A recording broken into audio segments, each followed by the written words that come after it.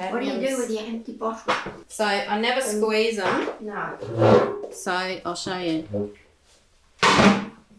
So these bottles, don't usually ever squeeze them. All right. What I do is I hang them upside down for ages. Yeah. And when I take the lid off, look at how much paint is in there. All right.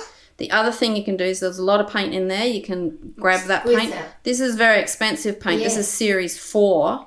Right. So sometimes what I do is a few drops of water in there. Mm-hmm. It's acrylic paint. Acrylic. But there is a lot of water in this paint already. Mm-hmm.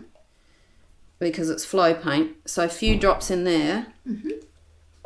If it's being quite solid like that and it's sticking, I put that into there and give it a really good shake.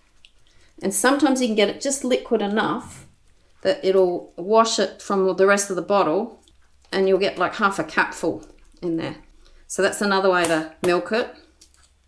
Yes. You want to get every last bit of paint out. So there's more, that's more pourable paint in the bottom of that.